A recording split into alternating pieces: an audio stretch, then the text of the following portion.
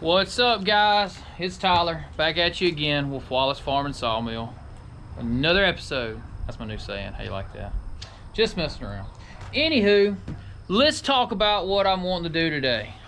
Let's talk about being a business owner. All right, when you own a business and it's got machinery, no matter what that machinery is, machinery breaks, needs upgrading, fixing, blah blah blah, you name it. So what do you do as a business owner on the weekend? You fix stuff so you can work next week. All right, so check this out, guys. I know a lot of you's like, oh, I upgraded that forever ago. Well, we're upgrading it now. This is the way this mill was set up when I got it, and I'm assuming, well, not assuming, I know this is the way my grandfather had it back when he had it.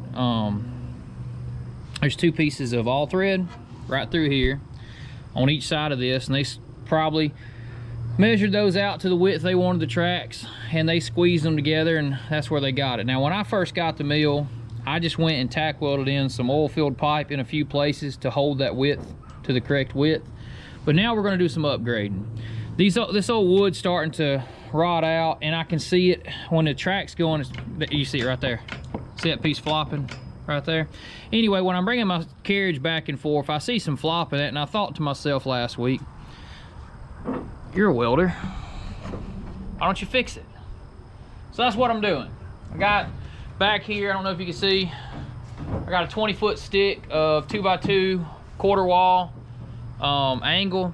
So what we're about to do is we're going to come in here, we're going to take out this old wood stuff, we're going to put angle across here, take these out right here, we're going to bolt that on top of those two sticks of angle across at the correct width, and yeah, we're going to fix that up. And then I'm going to do the same on the opposite end down there, and we'll re-stretch our cable, get everything tight again, and get it rolling. Now, I know this video may not be for everyone because there's not so much sawing action, but to keep an 80-year-old sawmill running, you got to do some stuff. And I'll show you the next project. Once we finish this project with that piece down there, that piece down there, and then we're going to come in on the end. You can actually see that my tracks down here are open. There's an oil-filled pipe right down there.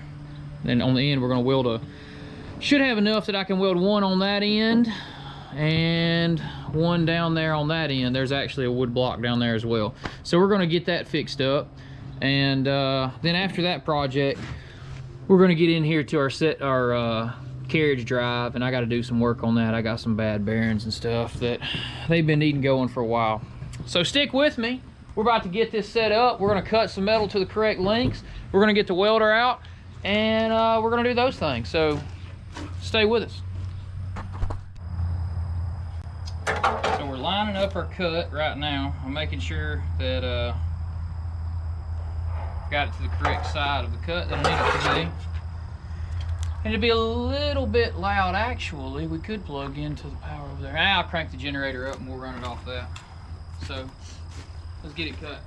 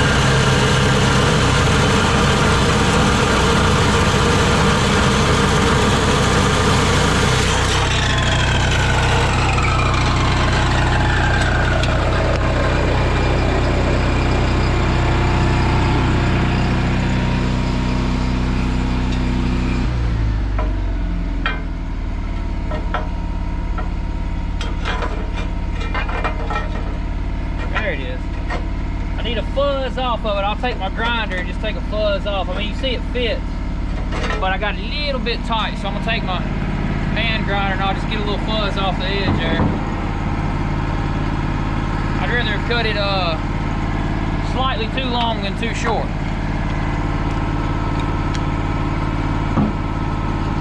You can always cut more off, you just can't put more on. tree related one.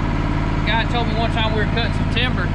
He said, we was talking negotiations on price, right? How much I'm gonna pay for the timber. And he said, well, you can't put it back on the stump. And I said, well, you're right about that. So he was wanting to know how much he was gonna get paid, because you could put it back on the stump once you cut it.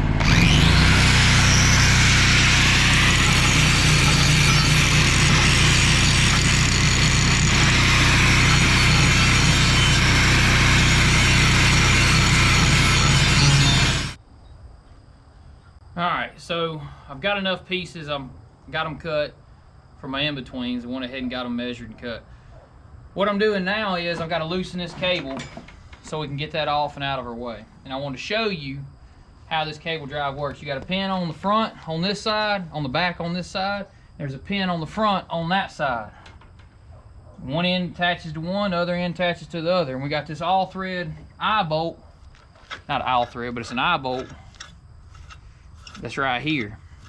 And what that does is you can take the slack out of that cable. So what I'm doing now is I am putting slack in it so that we can take it off. And then once I get this done, we'll put the pieces I cut into the place where they go over there, and we will get started on welding them in. And then we'll have to drill those and mount that plate there where it goes. Drill it, I don't know, I may weld it, we'll see. See when we get there. Stay tuned. Alright guys, so I put her in here. I got her square. Of course we'll have to put the second side in here. The first thing I'm gonna do is I'm gonna run a pass under here, and then we'll cap it out. But I just got it tacked up there right now, just holding it in place. And like I said, I squared it on both sides. And just watch me weld this out real quick.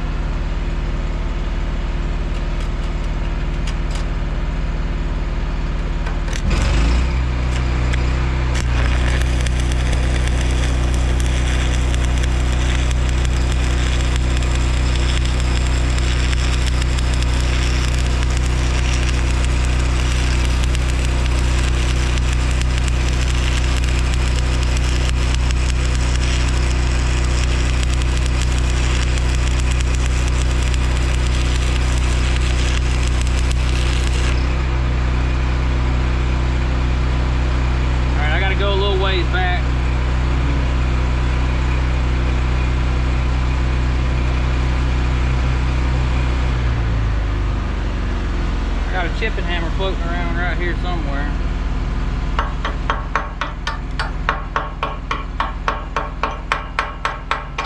Brush that out real quick. Gotta fill the void, and some of this is some porous, dirty stuff, so we'll get a decent bead on there after I get it run in.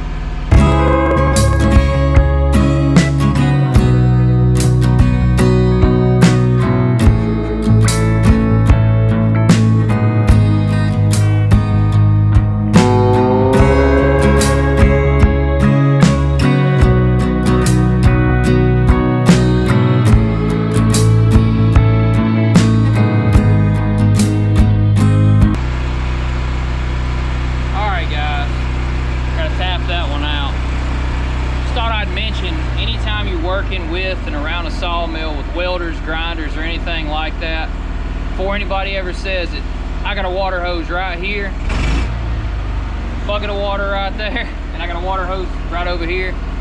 We're literally, as soon as this job's done in a minute, I'm soaking everything in water around here as a precaution. And I got water on hand to take care of something had I need to right now. So let's chip this out and see how decent that looks.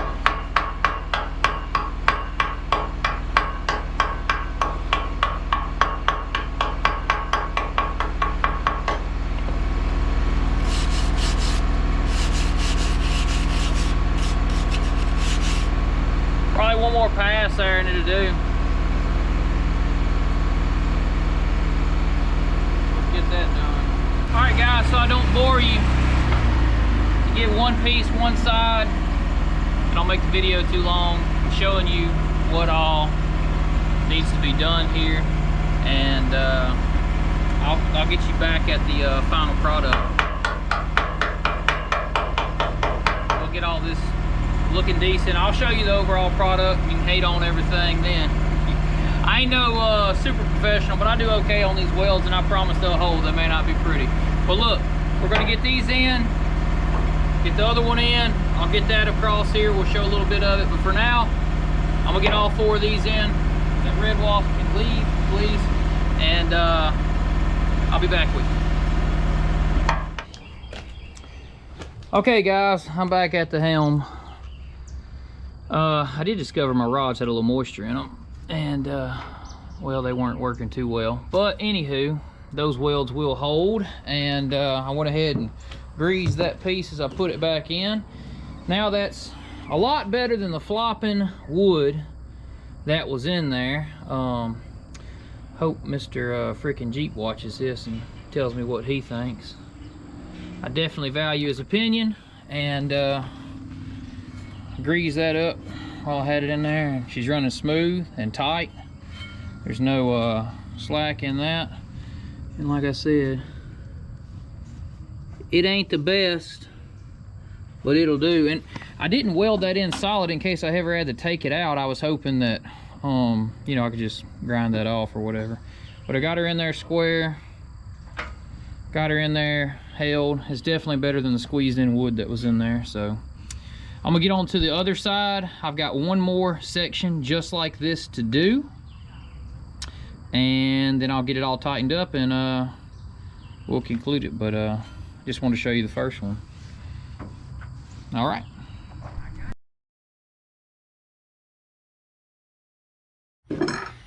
All right guys, so there's gonna be 2 videos from the weekend I'm gonna post this week. One is gonna be these repairs that I did, which I went ahead and painted green, because the plan here is, if you show that, the plan here is to sand all the metal that you see, and that's Oliver green tractor paint, like the old Oliver tractors. We're gonna do the whole track system that way, just kind of help keep rust off of it. And plus, we were talking about, it's, you know, seeing new paint, fixing old things, that's like a morale booster. So there's no wrong in taking care of your stuff and making it better. But we did that. I painted it just a little bit ago, and the other one on the opposite end. Had to roll the carriage down there. We did the video yesterday that's going to come up probably first before this video, is the saw on those 20-foot light posts. Light poles, that's the word. But anywho, that's what we did. That's fixed now. I'm gonna take the camera here, kind of give you a little view of that, how we put them in. Greased it, it's working good. I will go down here where the carriage is parked over the other one that I fixed and finished. But yeah, like I was saying in the beginning, you can see it in under there where it's painted. She's in under there. We've actually even sawed since that one, after that one dried. But anyway, did notice I was having a bunch of spatter down here with those old 7018 rods I was using. They had gotten wet at some point because they were real brittle. I went and bought some new rods, and did real good down there. Alright, my camera died there on the GoPro. I'll tie them all together. I had to grab the phone real quick. But if you guys like this content and you want to see more of similar actions of us fixing sawmills, working on sawmills, whatever else we're doing on the farm, and yeah, just like, comment, and subscribe. Thanks for watching, guys.